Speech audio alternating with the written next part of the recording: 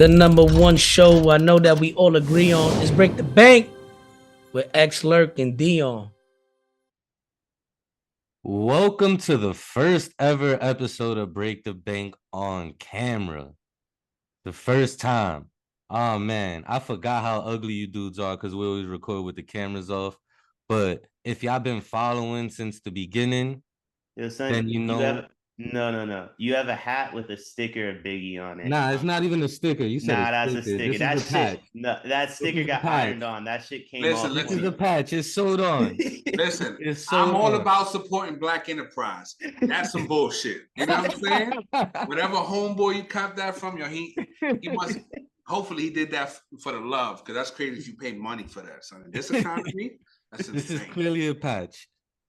But well, as you can see, this is what we're all about. If this is your if this is your first time kicking it with us, then this is what we all about: talking shit, having fun, talking sports, and trying to make some money. And if you've been following from the beginning, since we were just doing audio, then you know that we had a contest going for the NFL season from the start to the end of the Super Bowl.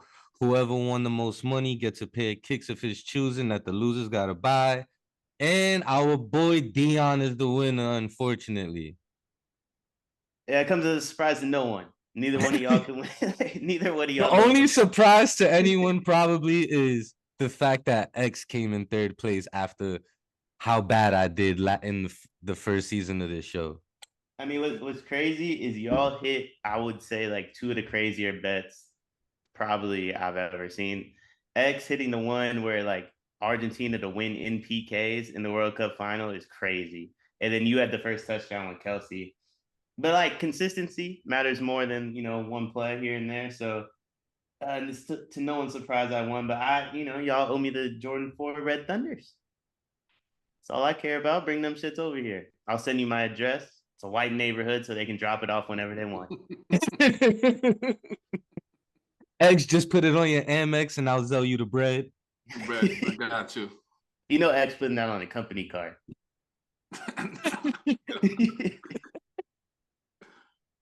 Yo, if I could, I would. So I ain't even mad at him. Yeah, I'm not. I wouldn't be mad at him at all. The Super Bowl just passed. Is our first time talking to each other since the Super Bowl. What y'all thought about that? Shout out to Mahomes. I don't know. I'm like a couple Super Bowl appearances. I don't even care if he lose at this point, even though I hold that against LeBron. I'm like two more Super Bowl appearances away from calling him the greatest quarterback to ever grace a gridiron. That boy is elite. The fact that he almost broke his ankle again and then still put on a masterful performance in the second half, especially, I know we're going to get to it, but that what was it, 30, 40-yard run?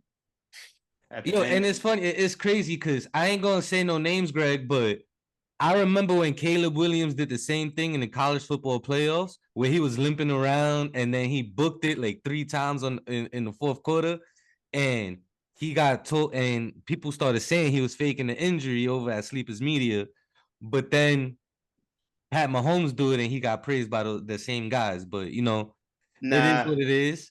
At the end of the day, Mahomes deserves his praise. No. Let me defend my guys. He might have been faking. It's college. Caleb Williams is a guaranteed number 1 pick. He might have been. If Mahomes got hurt at Tech, he doesn't play the rest of that game. So it's two different situations. Caleb Williams would have done, you know what I'm saying? Super Bowl is a much different situation. He might have been fake. He wasn't faking it. He might have been. No, we're not doing that. But shout out to Mahomes, man. Super Bowl MVP, put on a great performance. Once again, the Eagles crumbled under pressure in the second half. This time, they couldn't hold on to the lead like they did for most of the regular season. I know I was going for the Chiefs. X, you was riding the Eagles since before the season even started.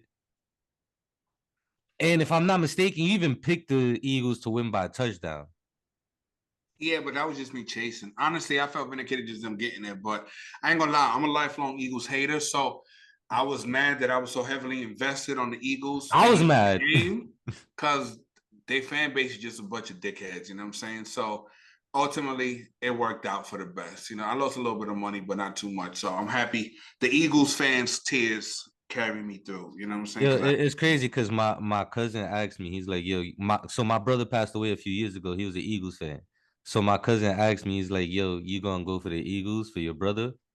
I said, bro, I tried to do it for him. I can't. As a Giants fan, like I just can't ever root for the Eagles' success, bro. Like, I'm sorry. I'm pretty sure if my brother was here, he wouldn't want it any other way. no. Like, Let me I'm ask just you a not. I'm not question. rooting for the Eagles ever. Let me ask y'all a question, because in terms of the game itself, right? It was one of the better, Super Bowls.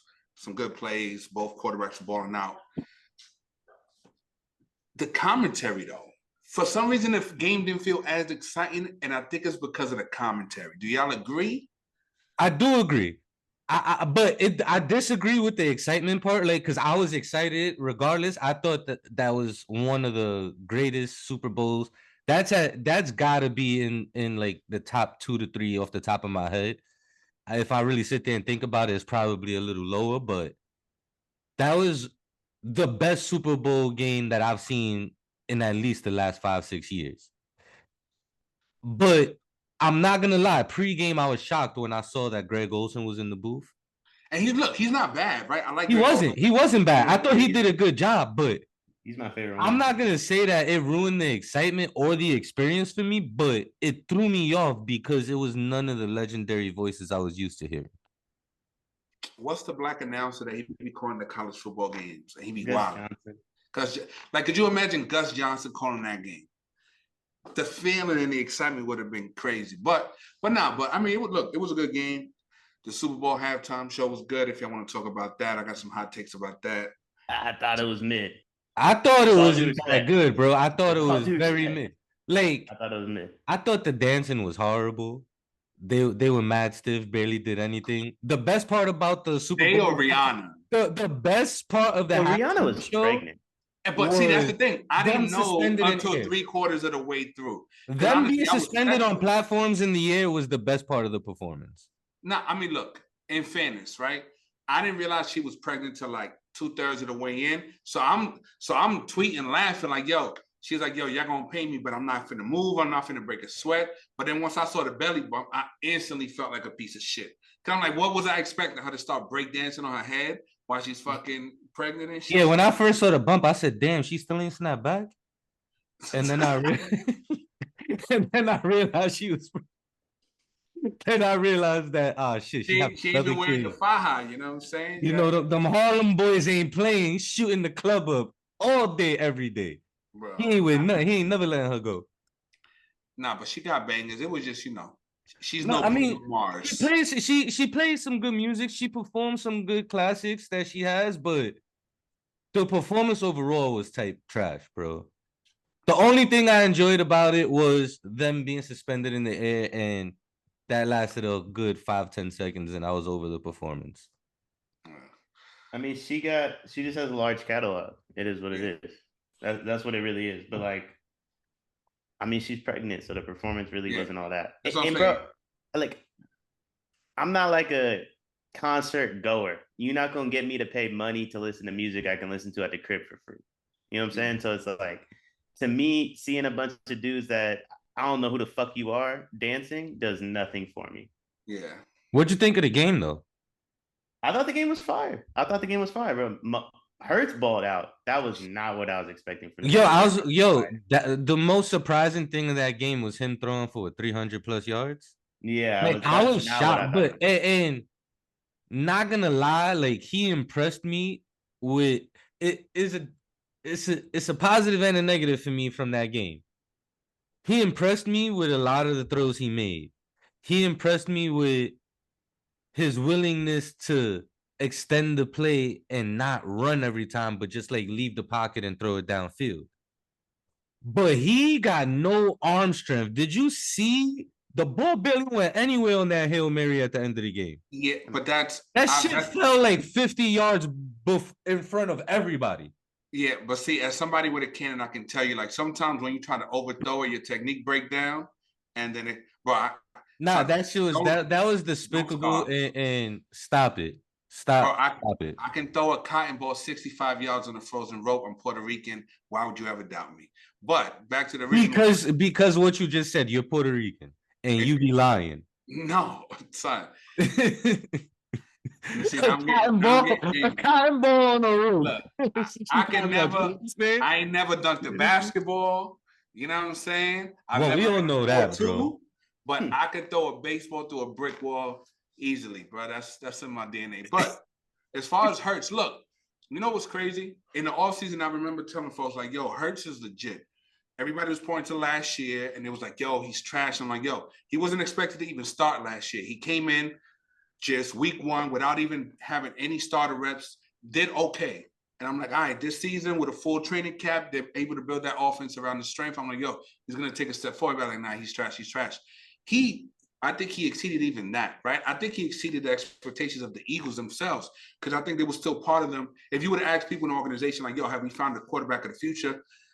I don't think anybody would have been like, yeah, I feel 1,000% confident that we got our QB of the future. Now, I think it's pretty certain. Like, yo, they got. Oh yeah, there was definitely a lot he still had to prove, and I think he proved it for the most part. But he still has to show that he can win games with his arm on a consistent basis. And low key, he was hurt in the Super Bowl, bro. You could see when he was. He was running a little gingerly. But look, that probably happened during the game because going into the game, the only thing that was allegedly a concern was his shoulder. Yeah. But I mean, he balled out. He did his thing. He did everything he was supposed to do he did what he could, bro. For the first half, that offense looked unstoppable. Look, I know. But then he had that fumble where he tried to tuck the ball and it slipped out his hand.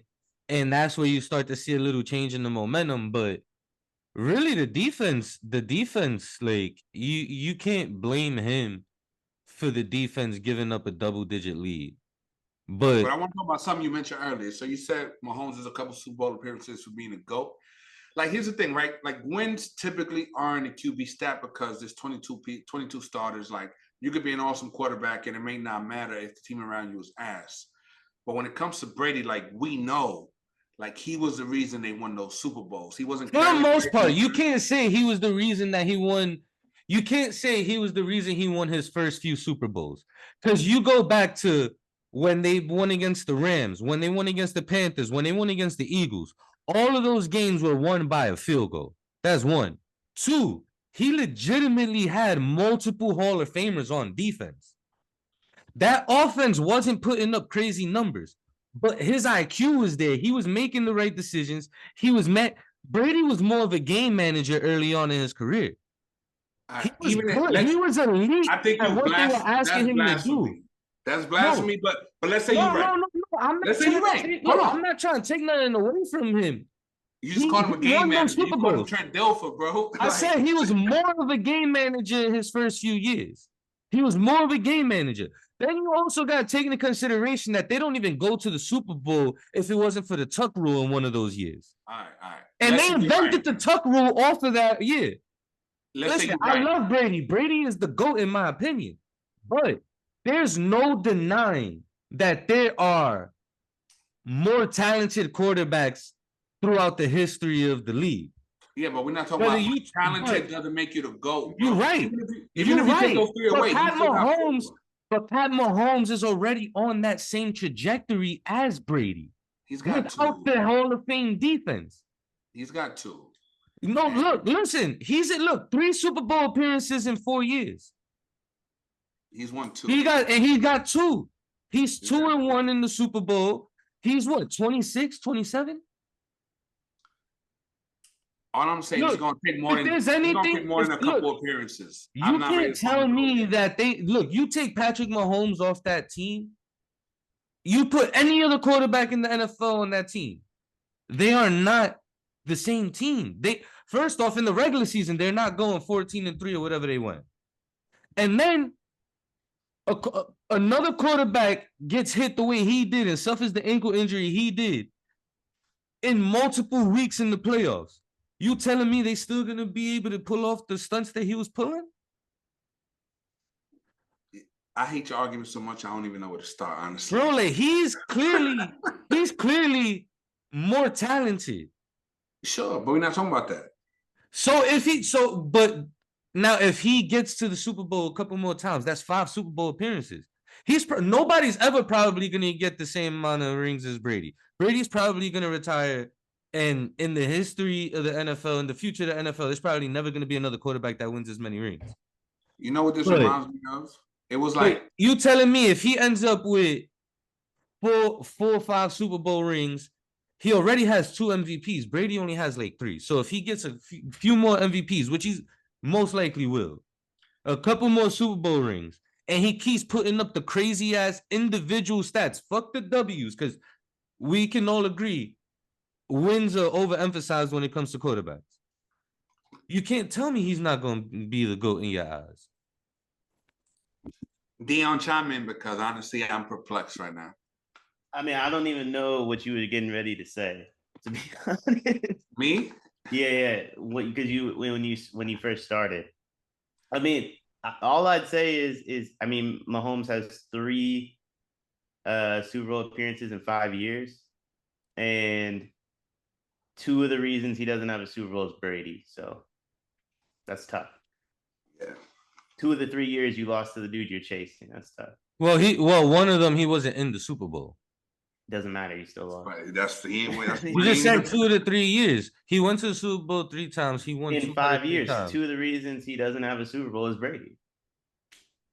Fair enough. I mean, whether it's Look, I'm not saying he already passed him. I'm saying he can pass him. Sure. Yeah. No, That's what I said. I never said he passed him. It was the already. statement that you said, a couple more Super Bowl appearances and I'll be ready to crown him the GOAT. And what I'm saying is, he can make the next 2 Super Bowl appearances. That won't be enough to flat out call him the GOAT. It won't be, because he'll only be at 4, and fucking Brady's at 7. So it's like, 7 rings, he what? could. 9 appearances? He could win 10 appearances. He could win. Look, I'm not saying that Mahomes can't be the GOAT. He could, right? I'm just saying that let's pay Brady his respect and let's recognize how long he was fucking great for. And at 7 Super Bowl rings in an era where the team around you was so fucking important, and they got to the point where they refused to spend money. They sucked at the fucking draft, and it was him carrying 5'4" white boys to fucking rings every year.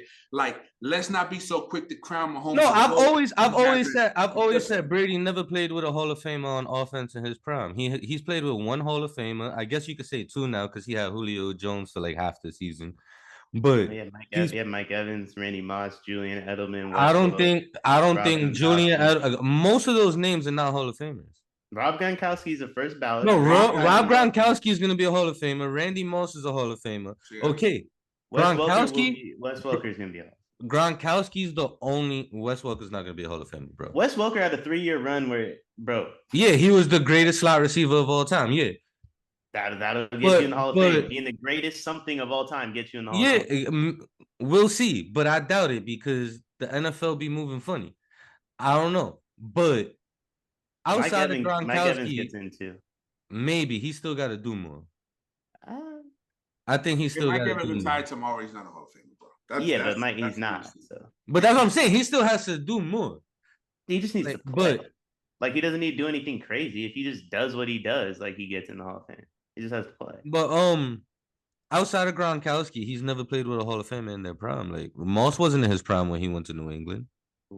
What? I can't say that. But I get your point. I get what look. He had a crazy ass season, broke records, but he still wasn't in his prime. He also had Corey Dillon, who like led the league in rushing. Like, not a Hall of Famer. I'm not saying he's not, but you have guys in your prime that were the best at their position at that time period. I don't know if Corey Dillon was the best at his position. I mean, he led the league in rushing with Brady, and I want to say he was top 3 with the Bengals. What year was this? That he led the I don't remember him leading the league in rushing, but with regard, look, I get your point. I'm just saying, let's not be so quick to crown a motherfucker because maybe I'm being a little hasty in this recency bias. Yeah. He still has a lot to do to catch up. I don't think he has that much to do. Like, I agree with that. Like, how many rings? No, I think he has to get to 7. He has 2. How many does he need? 7. But here's the thing: 5 to 6. I think he needs 7. I don't believe you can catch Brady without doing what Brady did. Specifically after Brady's the reason you don't have 3 to 4 already. if he beat That's Brady, yes. if he beat Brady in that Super Bowl, I'd have a different outlook on that. But when you lose to a guy back-to-back years, you're the reason he got what 2 extra rings at that point, or no, or did he? No, one. He One, lost. he lost to He Philly the lost other the year. other one. But Mahomes would have been the favorite against the Eagles that year. They should have beat the Bucks the following year. So I mean, you have to do what he did for that reason alone. But I think he has no peer, right? Like Brady had Peyton. Yeah. He has no peers. Brady had Rodgers. There is no peer. Like we can prop Burrow, we can prop Allen, and we can pretend like they're as good as Mahomes. They can compete with I don't Mahomes. think they're as good as Mahomes. At one point in the season, I thought Allen was as good as Mahomes, but I realized that he had an elbow injury, but I also realized that Mahomes proved to me on multiple occasions throughout the season and the playoffs that there's nobody on his level or close to it. He's in a class of his own. Yeah. That's why he can catch Brady. He can catch Brady because of the rest of the league. He cannot catch if he played in Brady's era, he gets nowhere near 7, to be honest, because of the amount of money he would make. But if he plays in Brady's era, do you think Brady still gets those 7? Yeah. Yeah. Brady already beat if him he's twice. in the NFC? Brady already beat him twice. Bro, look at the quarterbacks that played during Brady's era. Like you talking about? Nah, yeah. Look. I'm just playing devil's advocate. I'm just playing devil's advocate. Peyton was a fucking monster quarterback. He held them to 2, and really it's but one. But Peyton also did not play his best in big moments for most of his career. But that's what makes you the GOAT is playing your best. Oh no, I'm just saying like Brady didn't have anything to do with it in a lot of those years. He just really is not him. But you're playing against Brady. He still lost to Brady. It doesn't matter. No, I'm saying even in the year, but there's plenty of years where he didn't lose to Brady, is what I'm saying. I'm gonna be honest. All the nonsense you're talking about, I don't really care. It doesn't really matter when you decided Josh Allen isn't that good, when you decided Burrow or Herbert's not that good, who Brady played against. At the end of the day, Brady and Peyton is a fair comparison. They beat up on each other. Peyton is a reason why Brady doesn't have more rings. There's other quarterbacks in the league that were able to get to Brady. Yeah, he has 7, but he was gettable. This dude has no fucking peers. If the Chiefs just do a decent job every offseason, they could win realistically every year. It's going to take injuries. It's going to take, they were missing 4 offensive linemen against the Bucks. That's what it takes to beat him. Right? So let me ask you this. That's what it takes. Do you think that if the 49ers get a quality quarterback that the Chiefs will still beat them? So we never will. That's the thing. That's like the Niners cannot get the quarterback necessary to beat Mahomes because of the salary cap. We don't have the luxury that they have. We can't afford one. And look, when you're talking about like the true GOATs, when the gap between the best quarterback and the second best quarterback is so stark, it at times it really even doesn't matter what advantages the other quarterback has on the roster, because if the gaps between the quarterback is that large, but that's the lipstick on the pig. That's gonna make up for so much shit. And it's like, what, you got the most dominant defensive line? Okay, Mahomes has seen that. Brady's seen that. Like, you're gonna have to. It ain't enough, bro. They had the Eagles had no sacks. They had like these 80 sacks this year. They have a great secondary. They look like shit. That offensive line really played amazing. Like I thought they were okay. The Eagles didn't have no sacks and they didn't even get that much pressure on Mahomes for most of the games was amazing. I thought it was okay. Mahomes and Andy Reid aren't stupid. You could tell like Mahomes rolled out almost immediately on a lot of plays. Mm-hmm. He's phenomenal at extending plays. That's how the 40-yard run happened. Like the offensive line did their job, but like it was just that. Speaking like Mahomes is so good. Speaking of Andy Reid's genius, the fact that he scored on the same play, just reversing it like he was playing. Now that was Bieniemy. That was Bieniemy and Chad Henne. Bieniemy and Chad Henne were watching a Jaguars game. I'm assuming against the Chiefs. I don't really know. Maybe it was against the Eagles trying to prep for something, and they saw something on there, and they called that play twice on the goal line because of Bieniemy. Amazing. And that even helps, right? When you have the quarterback with the right head coach and they're married together, bro. Like, Jesus. And then the coaching staff that he has around him, bro. Like, what the fuck are you gonna do? But anyway, I feel like, but yeah. So, speaking of quarterbacks, let's get back to the agenda. Aaron Rodgers trying to get Trippy in the cave to figure out what he gonna do with his career. What do you guys feel about that? As a fellow Bay native, Deion, He's what not are your from thoughts Bay. on this? He's from Chico. But white people are weird, man. Like I don't really know what else to say. Like I don't know what else to say. Like that's just a weird dude, man. I don't get it. I only care if he goes to the Jets. I think he's honestly. gonna go to the Raiders, bro. But why do I you don't need care to if he go goes to into a cave? Why do you need to be in complete darkness and solitude like you got locked up? Look, to when you're make rich a and white decision and the like world is this? your oyster, you get bored eventually and you start doing stupid shit, bro. It's the same reason like some of these dudes have to do weird shit with girls to Yo, feel he's like the you know what I mean? is he the Kyrie of the NFL? Nah, I don't think Kyrie weird at all. I just think he's an That was idiot. more of a question for X because he loves to hate Nah, Kyrie. Deion trying to trigger me, but we can move on. No. I mean, it was me trying to trigger you. That's why I asked the He question. didn't let me finish. I don't think Kyrie's weird at all. I think he's an idiot. That's two different things. Aaron Rodgers is fucking weird. But Aaron Rodgers, like, whether you agree with what he's saying or not, he doesn't articulate it in like an I'm a fucking stupid idiot way. Kyrie doesn't know what the fuck he's talking about, but I don't like I could kick it with Kyrie. Like, I don't think he's weird. If he doesn't talk about certain topics, you're just talking basketball. Like, I don't think you wouldn't get along with Kyrie. I just think it's ego. I think with Aaron Rodgers, even when he talks in interviews, he's talking like he thinks he's talking to children. Like you're not on the same plane as him mentally, so he has to dumb it down for you. And so he does things to kind of explore the fact that he thinks his brain is just operating. I think Aaron Rodgers is hilarious. He makes me laugh. He's hilarious. He is elite comedy, bro. But from a football perspective, I don't care if he goes to the fucking Raiders. They don't have enough there. Yeah, what makes you say the Raiders, Deion? I think that's the best team possible. I don't think the Jets are because he's reunited with Devontae. That offense is really fucking good, and I don't think that defense is as bad as they looked last year. They just didn't really have their car is really bad. They can do whatever PR stunts they want to do to convince some other team that he's not that bad, but he's fucking awful.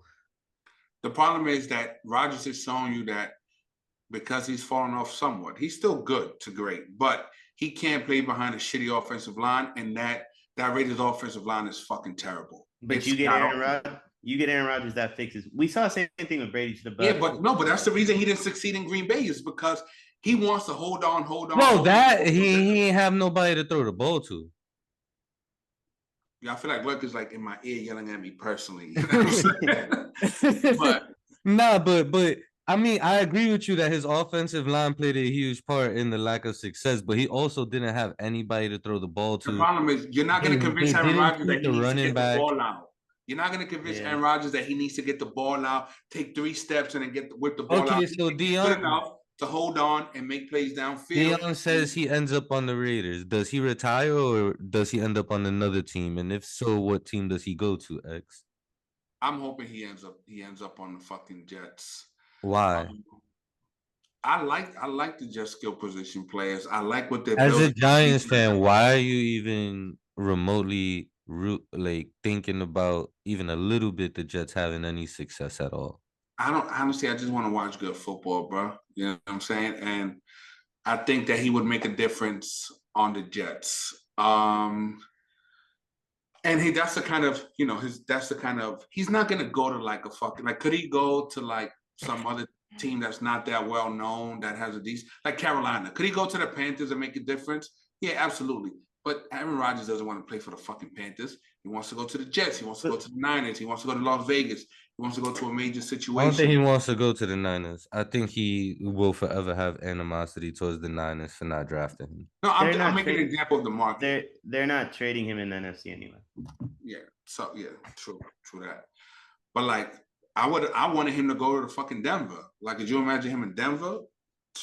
Like, that's the kind of situation I want to see him in. Yeah, but that's not gonna happen. I don't think he's washed. He's not the Aaron Rodgers of old. He's probably not an MVP candidate.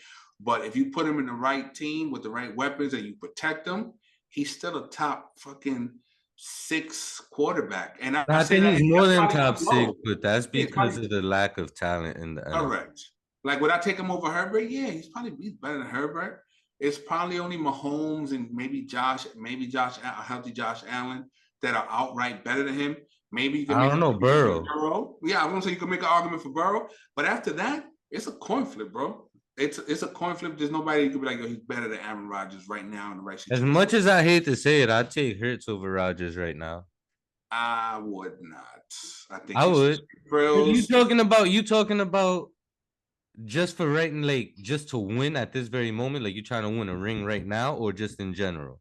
Bro, you put Aaron Rodgers on the fucking Eagles with that they win that O-line and those weapons and that run game and that fucking deep ass defense. Bro, So you can do again, things that are unimaginable. you saying moving forward or just to win a championship right now? Bro, if you put Rodgers on the Eagles yesterday, they probably win.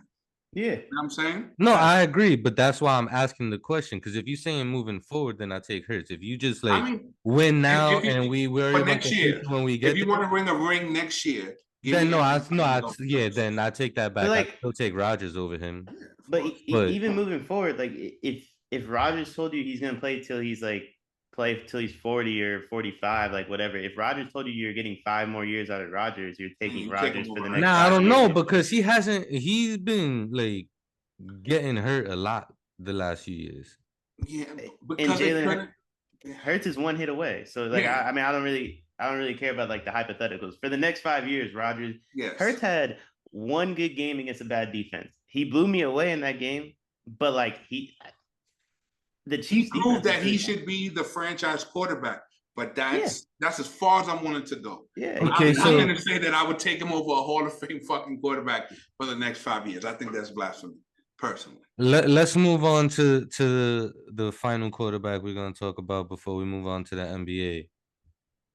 Deion, you talked about the possibility of Aaron Rodgers going to the Las Vegas Raiders. They just released Derek Carr today. Where does he end up? Is he out of the NFL or does he find a new home? Nah, He's white, so I expect him to find a new home. Well, he's also like, I mean, he ain't that bad. He's not. He could be a Jet starter. He's a Jet I starter. think he ends up on the Panthers, to be honest. He could, look, it depends. I don't think he signs with a team until after the draft because no team is going to want to commit to him without knowing whether, because you know that it's likely that the Bears trade out of the first pick, right? Maybe, so at that point, maybe. Now look, we should talk. We should talk about that. But let's assume let's be conservative. Let's be conservative and say that they do trade out of it. Well, put it like this, X. Just put it like this. 2 teams are going to have a new quarterback. Whether the Bears trade the pick or they trade Fields, there's one team out the market. That's what you're trying to say. Yeah. So teams are not going to want to take themselves out and commit to Carr because you're going to have to pay him real money. You're not getting Carr for fucking $10 million a year. You're going to have to pay him 20, 25 mil. At least for next year. How much guaranteed we'll know, but at least for next year. But let's talk about Fields real quick because I think that's a more important conversation. If I'm the Bears, if I can get a fucking haul for Fields, I'm trading him. Don't get me wrong. Look, those 80-yard runs are fucking exciting. But he can't throw, bro. He can't throw. And he hasn't shown me this year what Jalen Hurts did last year. And last year, everybody was saying that Hurts can't fucking throw from the pocket. And Hurts is more impressive last year than fucking Fields was this year from a strictly quarterback perspective. But look, if he's busting out 80-yard runs and now they're down 17-7, congrats. He's also had the worst offensive line and absolutely no receiving core. Like that dude, he wasn't given a chance to show if he can throw, to be honest. So I keep Fields for one more year because I think if you traded him and it doesn't make you a destination. Like you're a destination because you have Justin Fields at the moment, no matter how we think. Like NFL players are going to be more attracted to playing with him than some kid from college. Like no one likes going into a situation where you just have a brand new quarterback. So I keep him. I don't know because Micah Parsons just shit on Dak Prescott and was saying Caleb whatever. Like, yo, you want to win the Super Bowl? Come to Dallas. He's openly disrespecting Dak.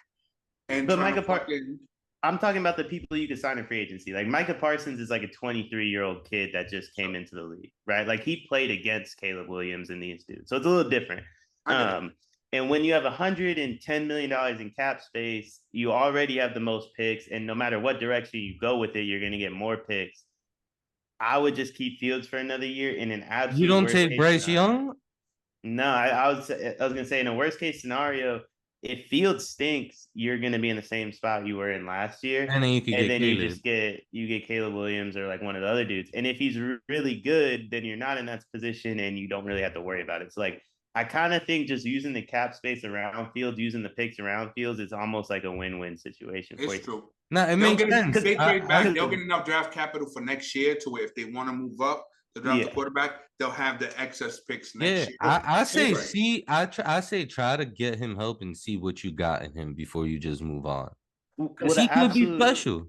The absolute worst case scenario is you trade Fields and he turns out to be really good. You can live with trading Bryce Young. That's what every GM would have done. That's what every coach, that's what every owner does.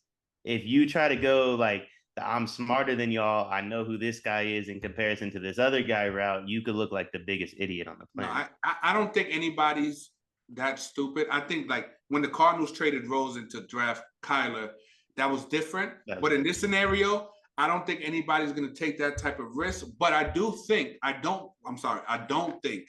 that it's not at least worth having a discussion. You probably decide not to trade him, but they're 1000% having a conversation in that front office about, well, what if we decide to trade him? What does it look like? What will we take back in return? The conversation should be had.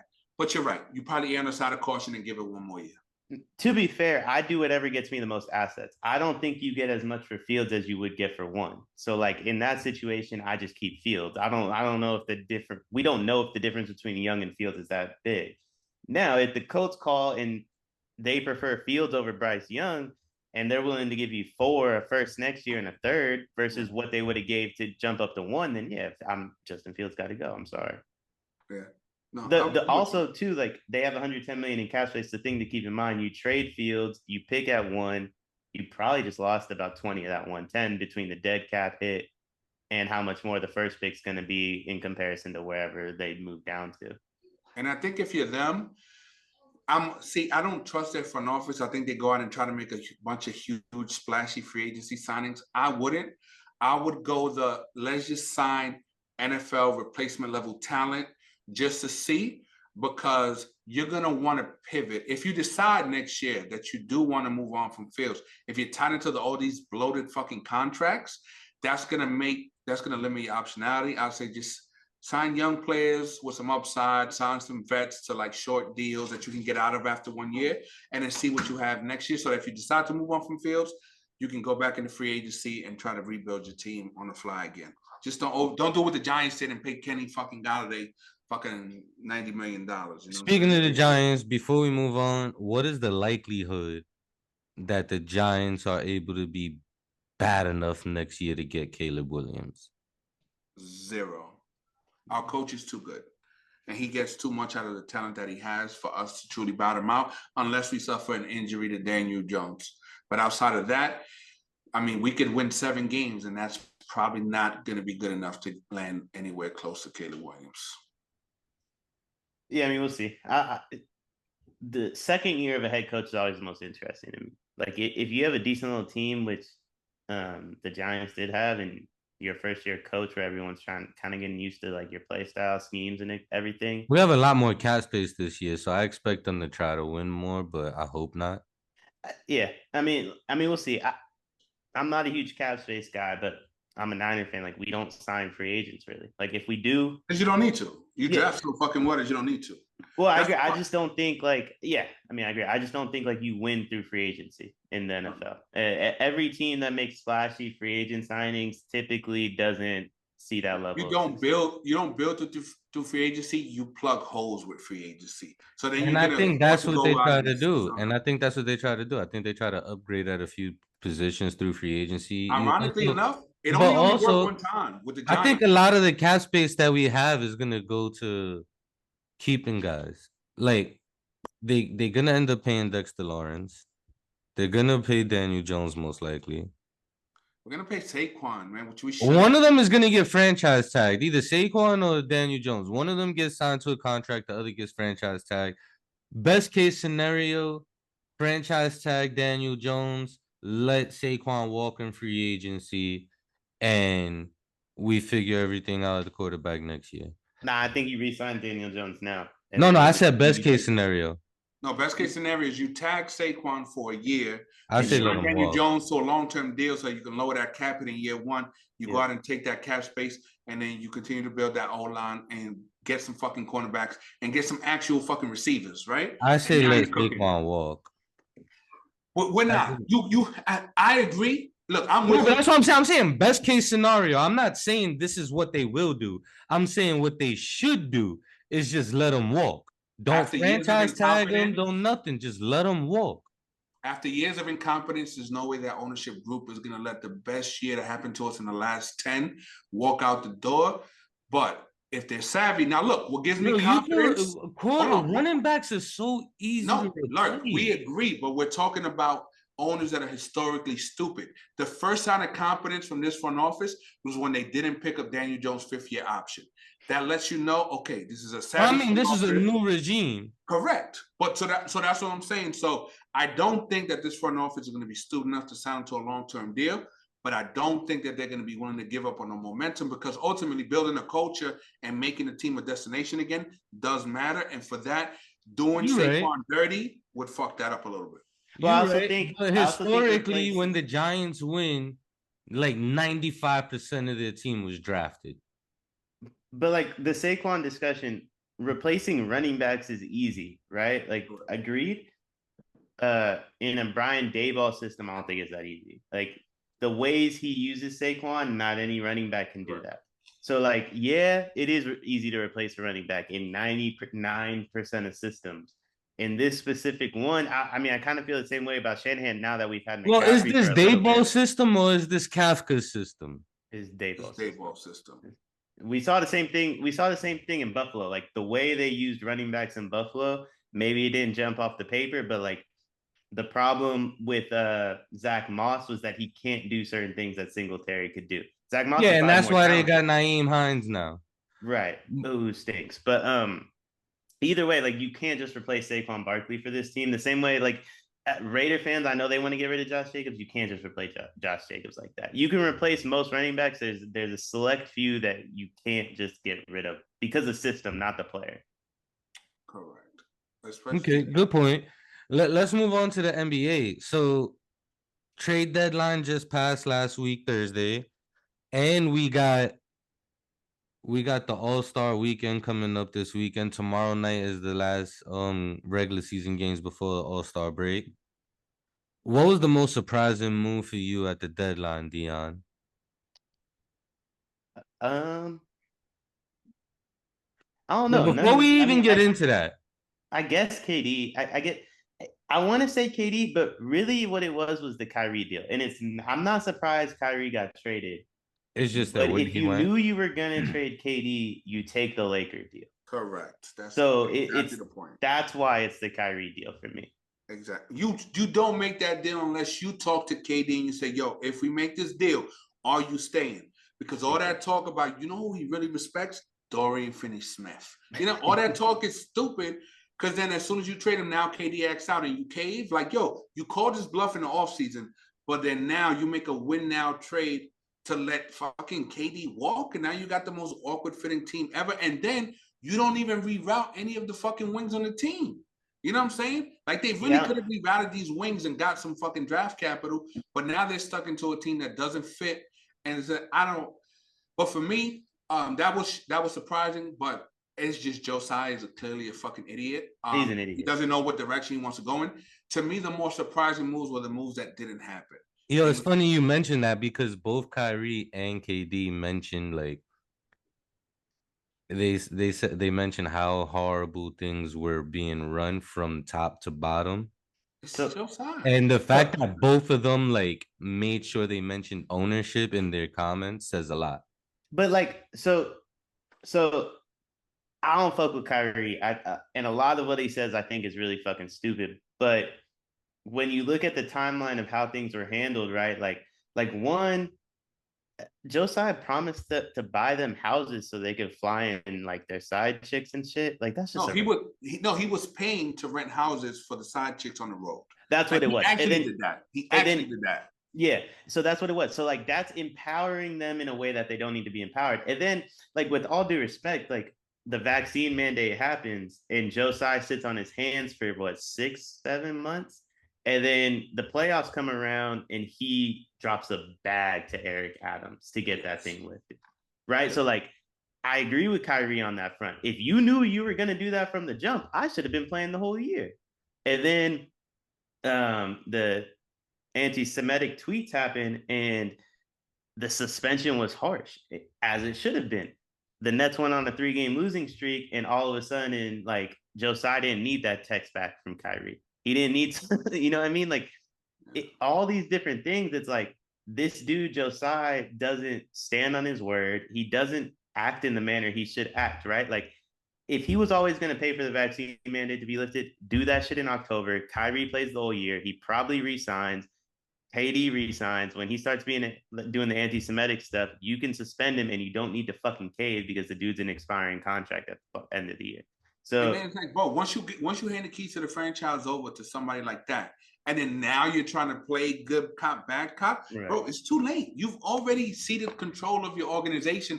Any attempt that you make to take it back is gonna be met with fucking great opposition, and you're gonna look like the idiot, even if you're right?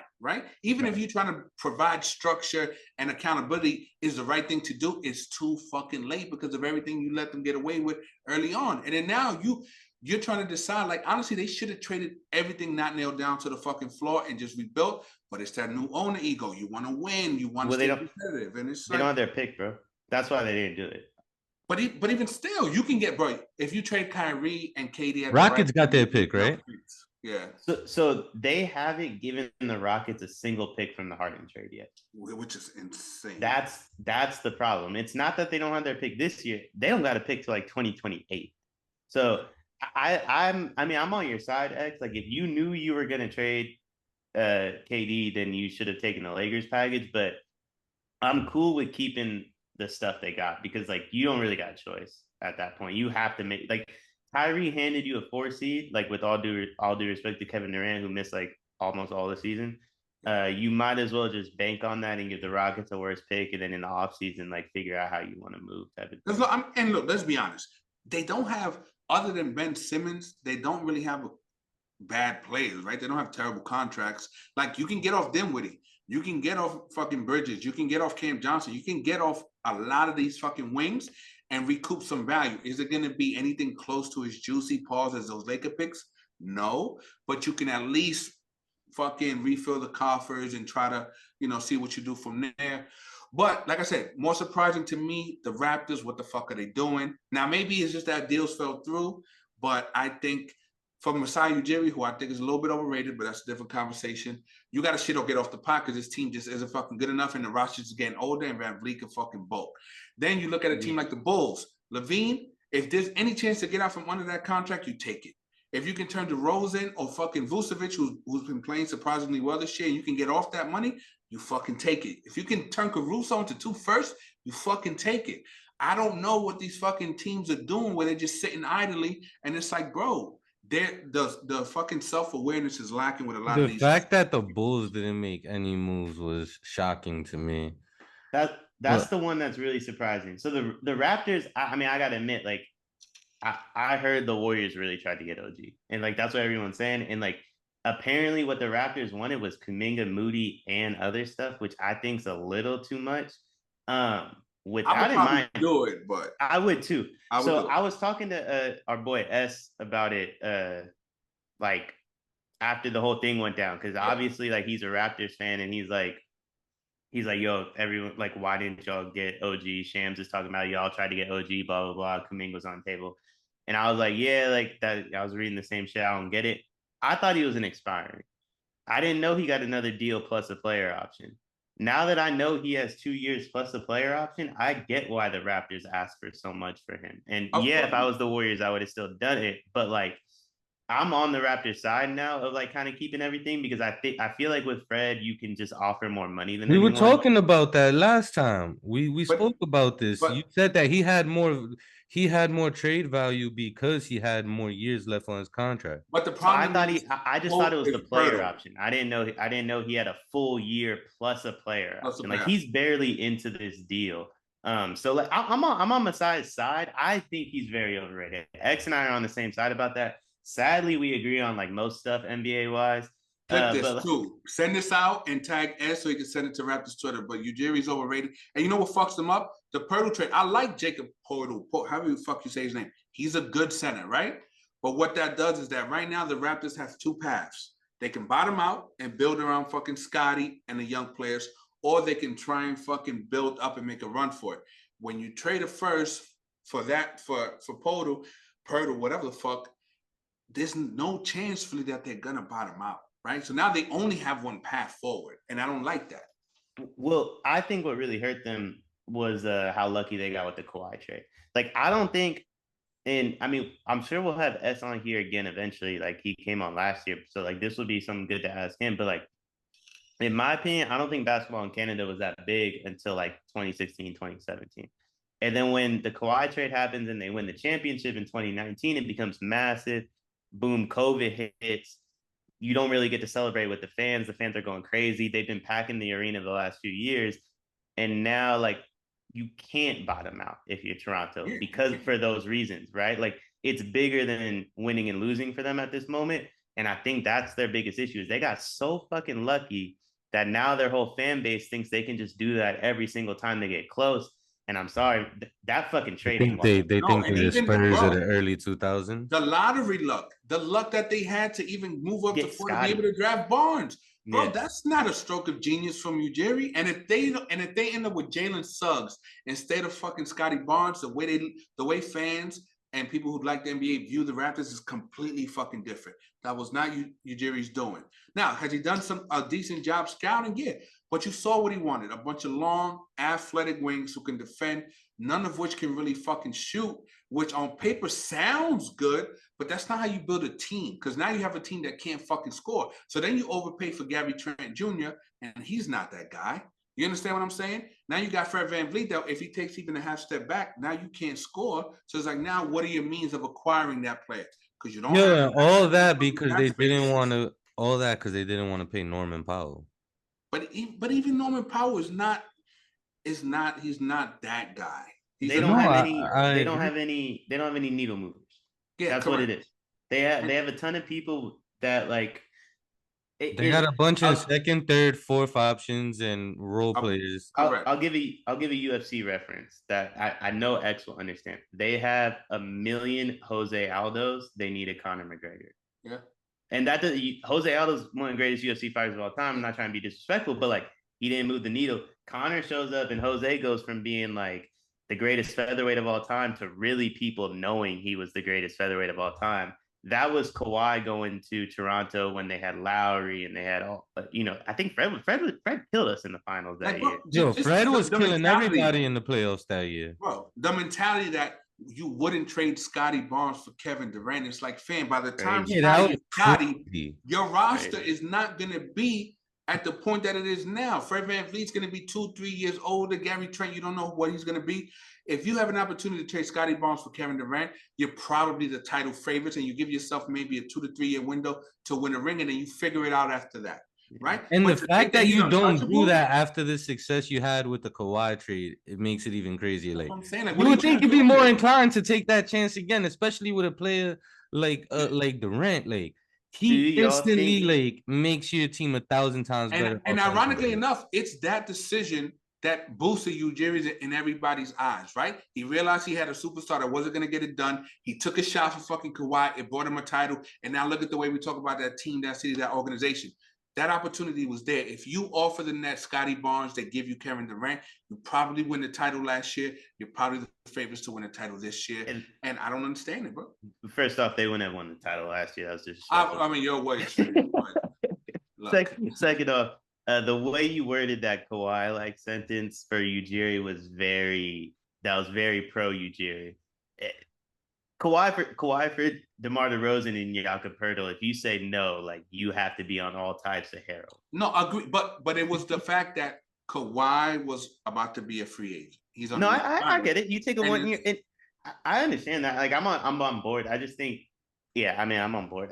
I feel the same way about the Warriors. Like we said, what the biggest miss was, I mean, I love Kuminga. Like, I'm sure there is a day where he might be better than OG.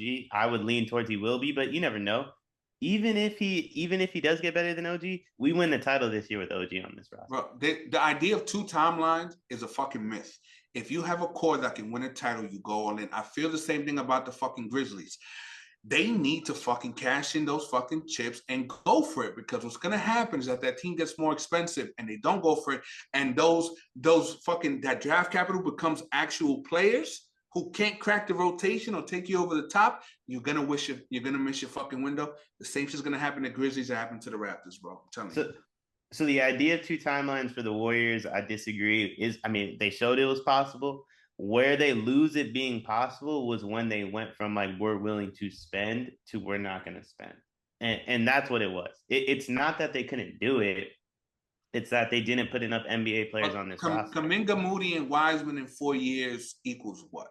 But no. What I'm saying, that's what I mean by 2 timelines. Like that they had their franchise cornerstones for the future, and they had a team that was capable of winning a title now. Well, keep in mind, like when like the Warriors talk about 2 timelines, it's not just those 3. You're including Poole, Looney, Wiggins. Sure. So it is a little different, but like I agree. Like the idea of 2 timelines doesn't exist because like no team is willing to spend the amount of money that it takes for those 2 to exist.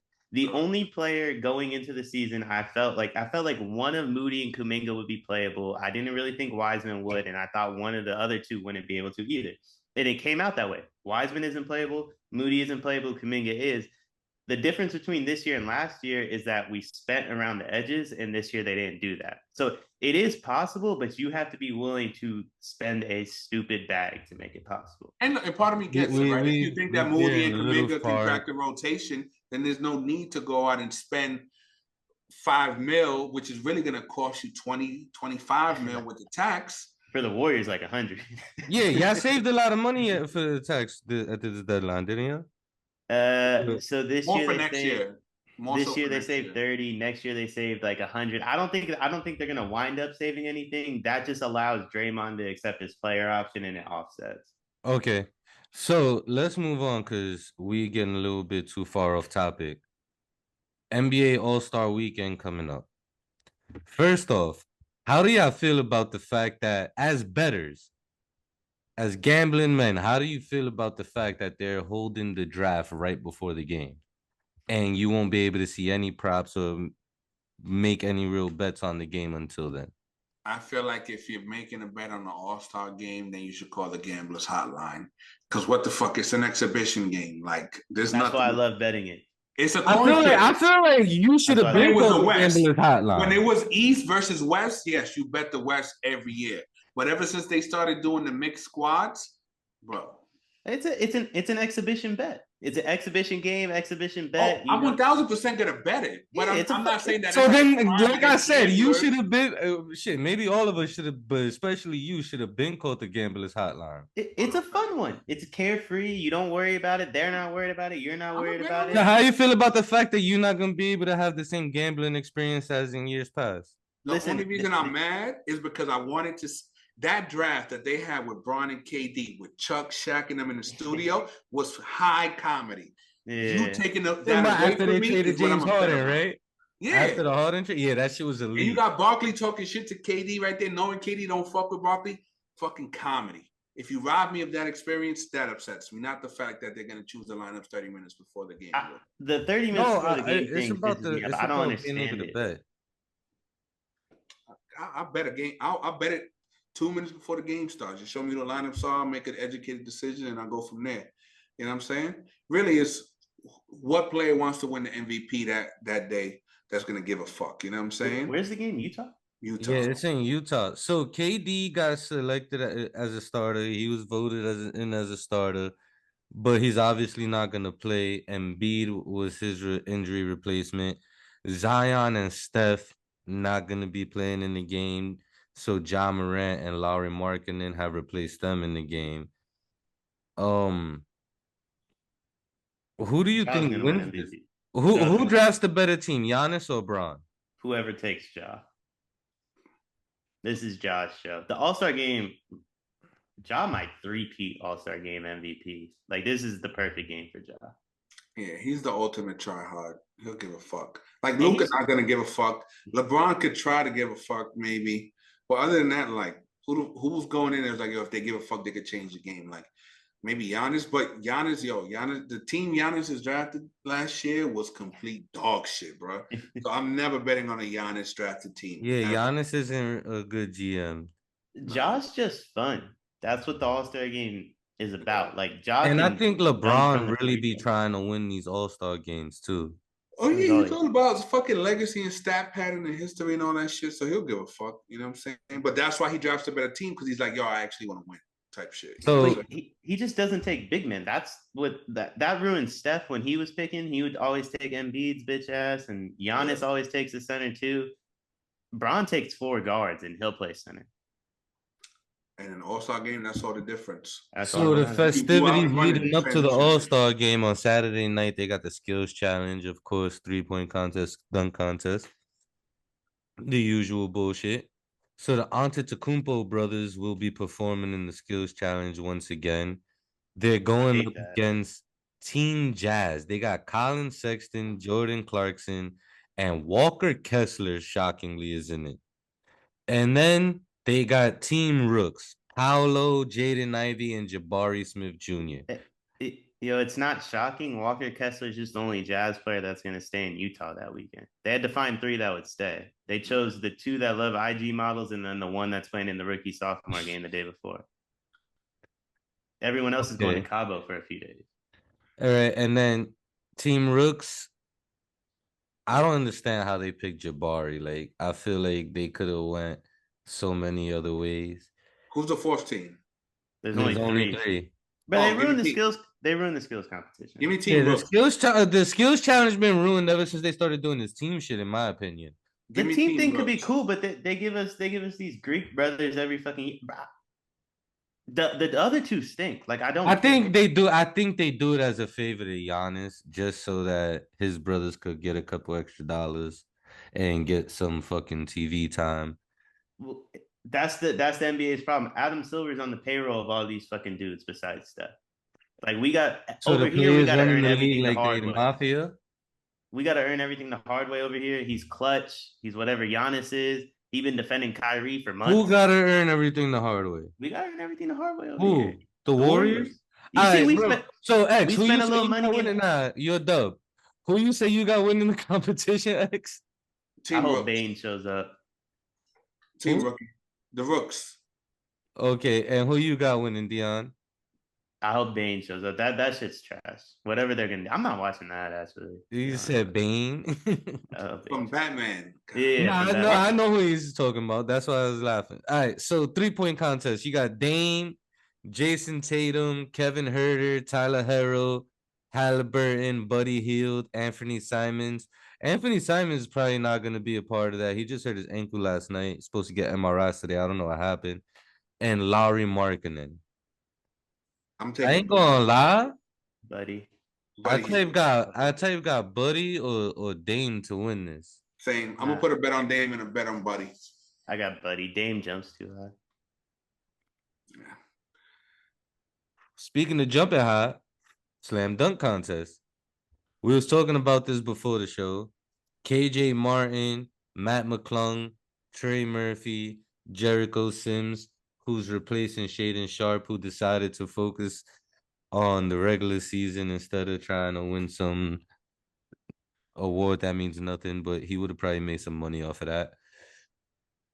Who you got winning this, X? Deion, you and I seem to be on the same page from what we was talking about earlier.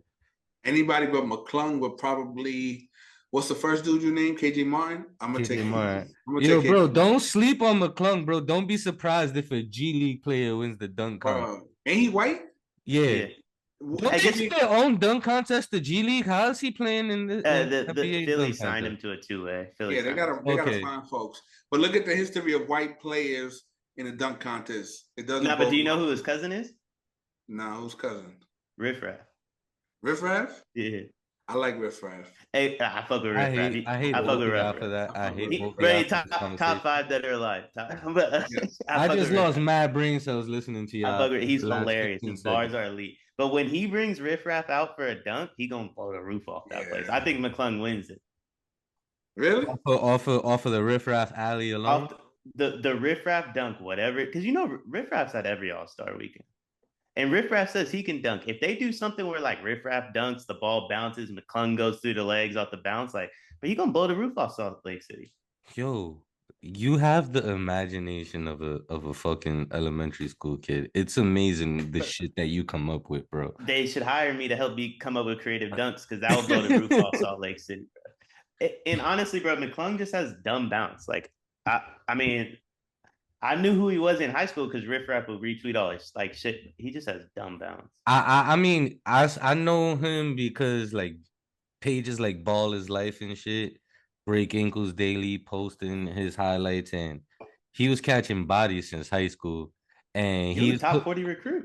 And he was pulling off dunk contest shit at practice and shit. Like he's been doing dunk contest quality dunks since he was a teenager, which is why I'm high on him. I think all these dudes jump high, but I also think this is gonna be a trash dunk contest. I haven't been excited about a dunk contest since I was young, and as you always like to Tiptoeing in my point out, Jordans. Tiptoeing in my Jordans. Fire. Fucking Versace Python. Fire. Wetter Than Tsunami. A good classic. No, you know what I'm saying? Are we talking about Riff Raff songs? Bro, he got some fucking heat, bro. The Pink Panther album, start to finish. That's one of the best albums of the last decade. Like, fire. I'm gonna throw it on after we stop recording, and maybe I'm just a hater because my boy used to call me Riff Raff when we was younger, and I would get tight. I don't know. I'm gonna check out the Pink Panther album when we stop recording, and I'll let y'all know in the group chat. I found Riff Raff on that MTV show G's to Gents. Yes. The most hilarious season. This better be a fire album because I don't know any two people that have like complete opposite taste in hip hop. Bro, he's funny. And y'all agreeing on this album. Yes. He has bars, bro. So, like I said, I'm gonna check out I'm about to download the Pink Panther album on Apple Music right now while we're recording. Shout out to Apple Music if you want to sponsor us. Yeah. But Lerk, I know you remember when we got into the argument about who has punchlines, Riff Raff or Nas, and I was I never said Nas. All right, see, we're not doing this. He always I never supported Nas in any argument you've ever had. Riff Raff walked so that babyface Ray could run. You know what I'm saying? Like he set the groundwork for these bum ass rappers. Yo, let's get back to the NBA. You got Jokic as the MVP favorite midway through the season at -175. Depending on what sports book you go to, you can find Embiid anywhere from +250 to +420. Giannis is currently in third. Giannis is currently in third. If Jokic wins Luka this time, in it's racist. fourth, and Jason Tatum in fifth. If Jokic win this time, it's racist. No. Over who? Who should win it other than Giannis. Jokic? Over Giannis. So you taking Giannis? So should I take that +850? I mean +50 right now?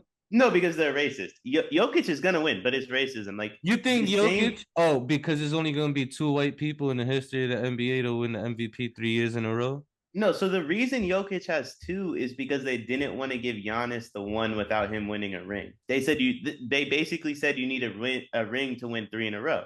Jokic ain't got no fucking ring. Give Giannis the one he deserves from 2 years ago. I'm also cool with Embiid getting it because I feel like Embiid probably should have got but Embiid, you can make an argument for the last few years of Embiid winning it, but I ain't mad at Jokic's first one. I think he deserved it. Last year he deserved it too, but I'm not gonna sit here and say I feel like these people in today's day and age, they put way too much emphasis on advanced stats.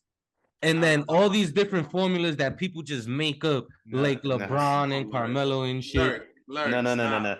X, let me handle this one. Nah, because you can't tell me that. No. You just think that because you failed the PSAT and slept in on the SAT day. That's why you heard math and said, I'm out. Nah, it's just that, because everybody that was supporting the Jokic MVP last year kept making references to advanced stats when The He triple double. wasn't. You don't need no advanced stats. Bro, He doing when he's 27, on 10, the and court, 9. when he's on the court, they have the #1 offense. When he's off the court, they have the league worst offense.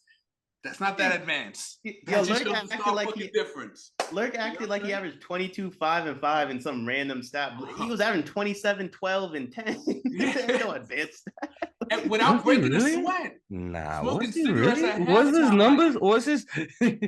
It cigarettes at points, halftime. rebounds, and assists. Those were the So- advanced stats Lerk's talking about. That's not what I was referring to, but all right, assholes.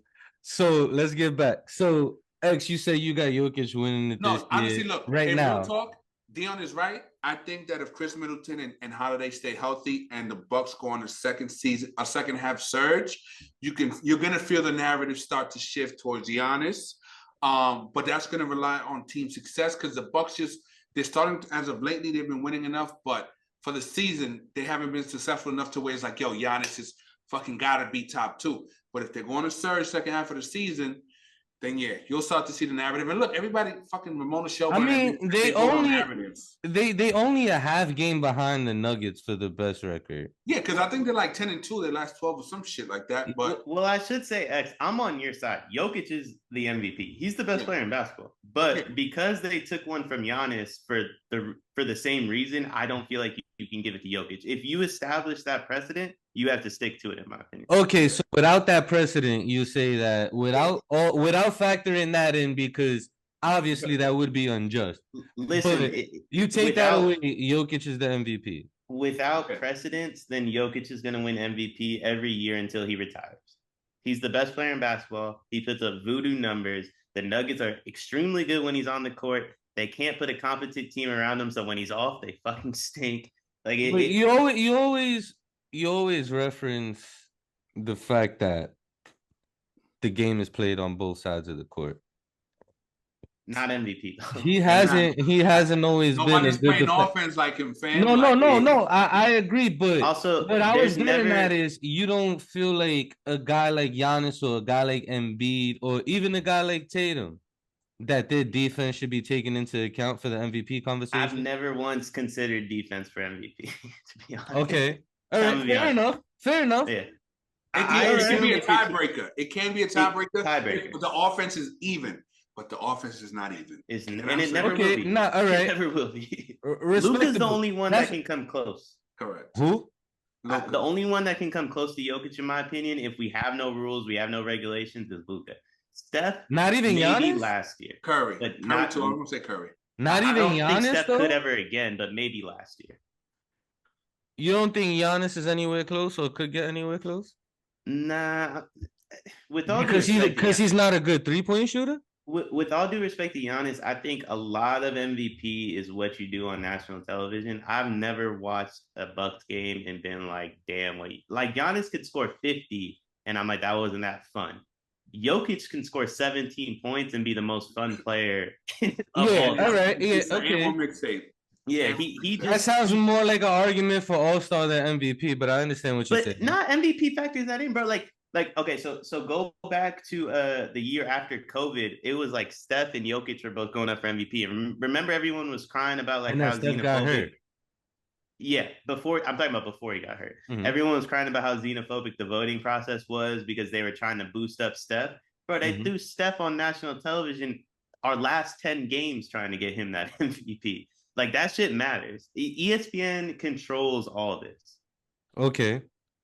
So, before we wrap up this episode, Deion, of course, we got to do our bet saying you won the contest. You also won the most units last week, so it's customary you go first.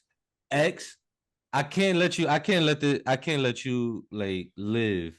Bro, 0-10 in the final. Yo, bro. 0-10 on Super Bowl weekend, bro.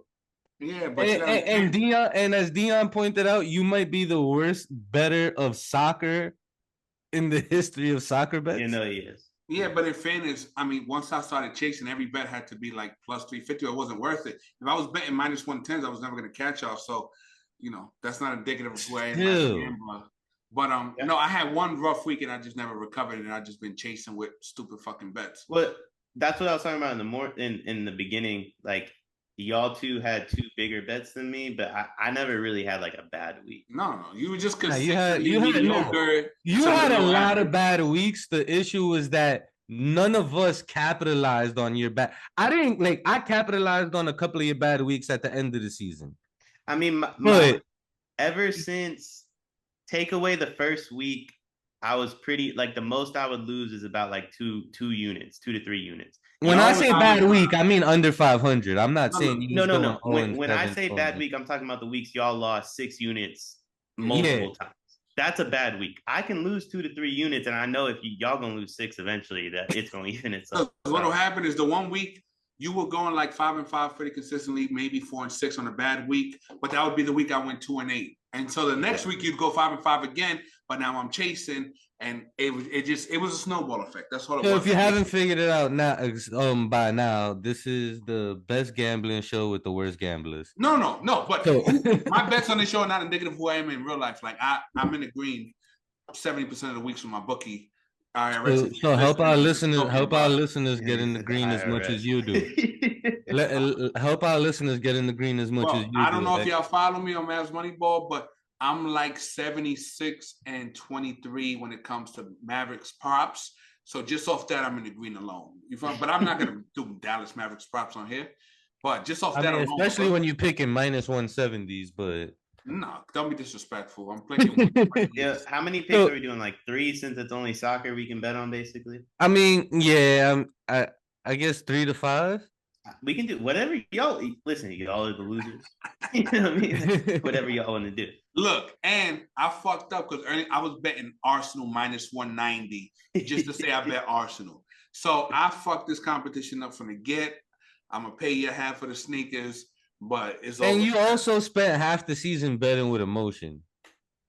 Yeah, it was just it's now. But you were also so scared of the football slates. No, you know what it was? I'm gonna keep it a buck. You was fucking making bets with fucking third level. Now, you know what it is? I'm gonna keep it a buck. Betting on Wrexham Football Club. I know that, like, if it wasn't for Deion's fuck you money, like he would be sleeping under a bridge right now because he's so bad at gambling.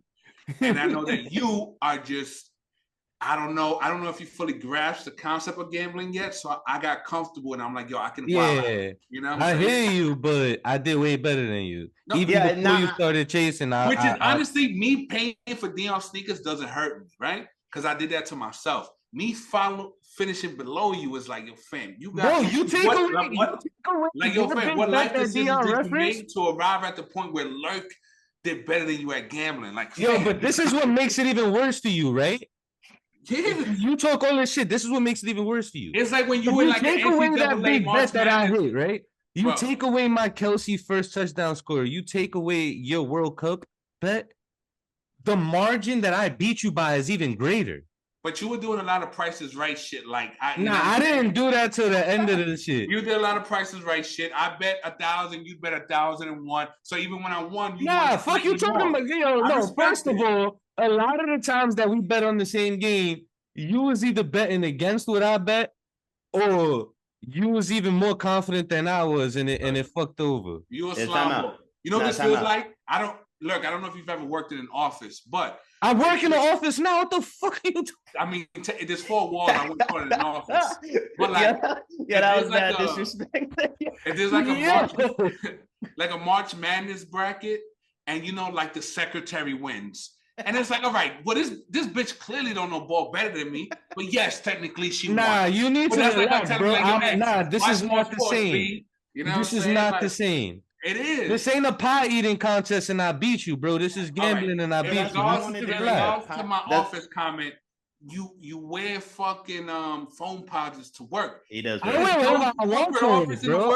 I wear J's to work 9 times out of 10. I'm rocking J's. Yeah, I wear whatever I want to work. To bring up the pie comment.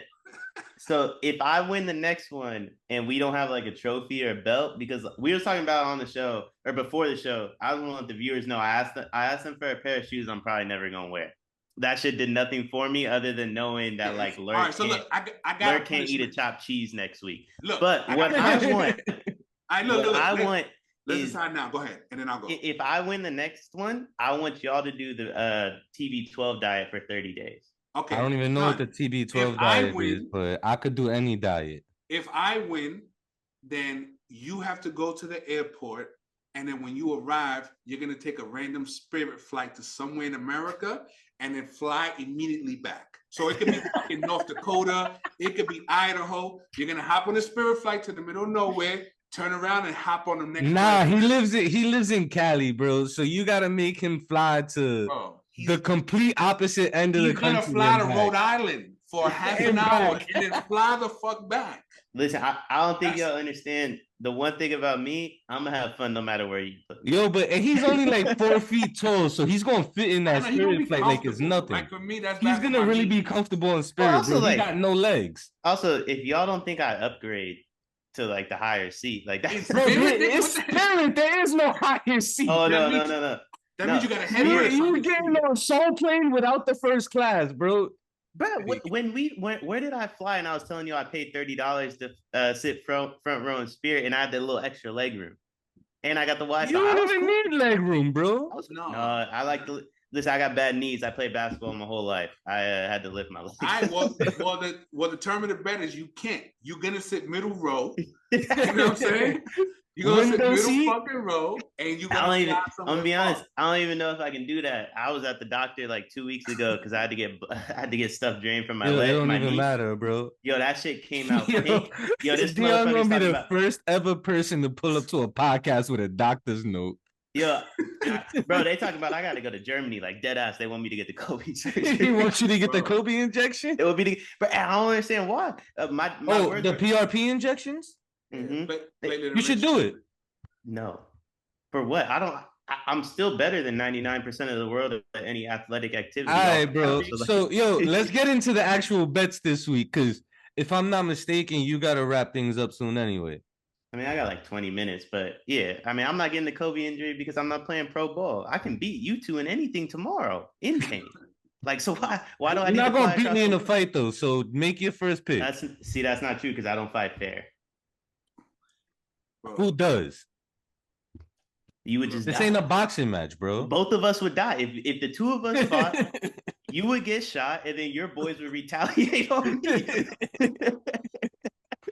It would just be a war. We both just Yeah. gonna die. It'd be a fucking 10-year war like France, Spain. Just bodies on both sides. It'd be a gang war amongst. Bro, he's people. the French people. He's the French, because the French are pussies. Make your pick, bro. I got RB Leipzig plus 110. This is Bundesliga for anyone out there listening. I was gonna ask because I who know they play playing against? City. Nah, they play City next week. I'm not betting on that. Who do they play? I don't know any. I only know 3 teams in the Bundesliga, so I just look for those 3. Wolfsburg. I'm gonna take Phoenix Suns money line against the Clippers at minus 105. Got you. And that's tomorrow. I'm gonna take Napoli minus 1.5 plus 145 against Sassuolo. What was yours, Lerk? My bad, I wasn't listening. I'm gonna switch up my bet because I'm not even sure we're gonna get this out in time. Because I took a Thursday game for basketball. I'm gonna switch it up. I'm gonna take Man United to win by 1.5 goals against Leicester at plus 145. All right, I'm gonna take. Give me the draw in Aston Villa Arsenal plus 270. I respect it. Give me AC Milan plus 105 over Monza Brianza. I actually go before you, X, but I'm gonna let you rock because I'm not gonna take that game anyway. Plus 0.5. Plus 105, yeah. Oh, Give plus me- 105. That's a good bet. I'm betting that live, like as soon as we're done. Yeah, me too. That's a good bet. Give me Newcastle Liverpool draw at plus 255.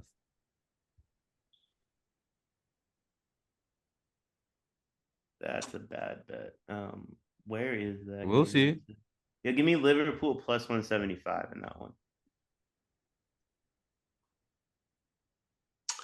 Give me Reims plus 255 over Nietzsche. Is it that's the French league? Yeah, Plus 275? plus 255. Shout out to Falarin Balogun. Give me. Yo, who's home in the Arsenal versus Aston Villa game? I think Villa is. Shit, I might take the draw in that one I too. don't know. Arsenal been playing like pussies. Yeah, Villa's the home team and all. I'm gonna just stay away from that one, I guess. Nah, fuck it. I'll take the draw in that one too at plus 270. I mean, what we haven't taken someone else's pick the whole year. Unless it was a game we all had to bet on. Somebody bet on that game already? You said I'll take the bet also. Those are your exact words. Nah, I said fuck it. I'll take the bet. Arsenal. I said I'm gonna take the Arsenal Aston Oh Villa yeah, draw. that was I picked it 2 picks ago. Yeah, At that the was draw. perfect. You took a draw. Yeah. Oh shit, that's my bad. I don't know if you see the way folks playing Arsenal, they just pack the box on them. They don't. They play like pussies. Unless Gabby Jesus magically plays on Saturday, I feel pretty comfortable with that bet. All right, so give me Real Sociedad. How you say that, X? You don't need to worry about it. Sociedad. At minus 135 against Celta Vigo. All right. Give me Brentford minus 110 over Crystal Palace. And son, I'm not gonna lie, dead ass. I'm before you. That was literally my pick. I'm not even trying to steal it from you. That was dead ass my pick. How you before me? Bro, Because it's a new everybody, round. because you keep You had skipping me, bro. That's you how. jumped him to take your The other pick. Reims. Yeah. You've been jumping me since we started, Yeah. bro. I keep telling you I go first. Yeah, that was dead ass because Brentford ain't lost in like their last 10. Yo, Tony's a monster. All right. Yeah. All right. So go ahead, Lurk. So that was your what, third pick? That was just my fourth pick. Lerk's about to make his fourth, and then it's you. Gotcha. All right, go ahead, Lurk. All right, give me Sancho anytime score. Matter of fact, give me Rashford first goal scorer at plus 300 Against who? against Leicester. Okay. I was making sure because they play Barcelona tomorrow. Oh nah. Oh, I figure I just stick with the weekend games because I don't know when Jacob's gonna get this on YouTube. All right. Give me Arsenal minus 120 over Villa. Give me Atletico Madrid plus 100 against Athletic Bilbao. How many picks we got so far? That was my fifth one, so y'all are on your last picks. All right. Give me.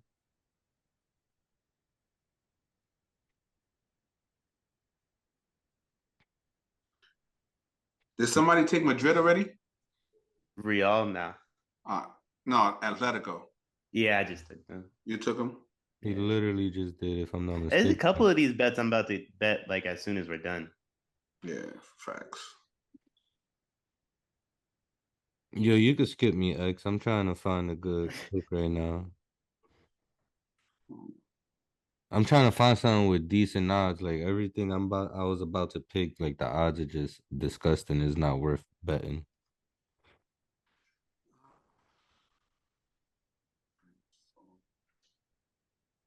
I kind of feel like Brentford's gonna lose now that I like X picked it, but I was gonna take it. That whole situation, that's bad gambling karma all around.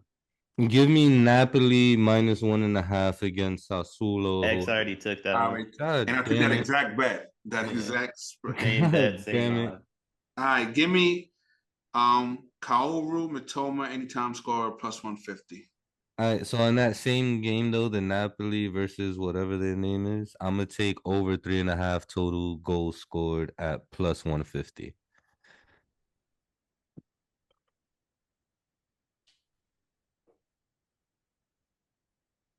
I apologize, fellas. I should have came more prepared with my bets for this week. The viewers got a first-hand experience why one of us won. Nah, I feel good about my picks. Now that I'm not chasing, You I feel- feel good. Well, that's it for this I week's can't wait to episode. send Deion to fucking Sioux Falls, bro.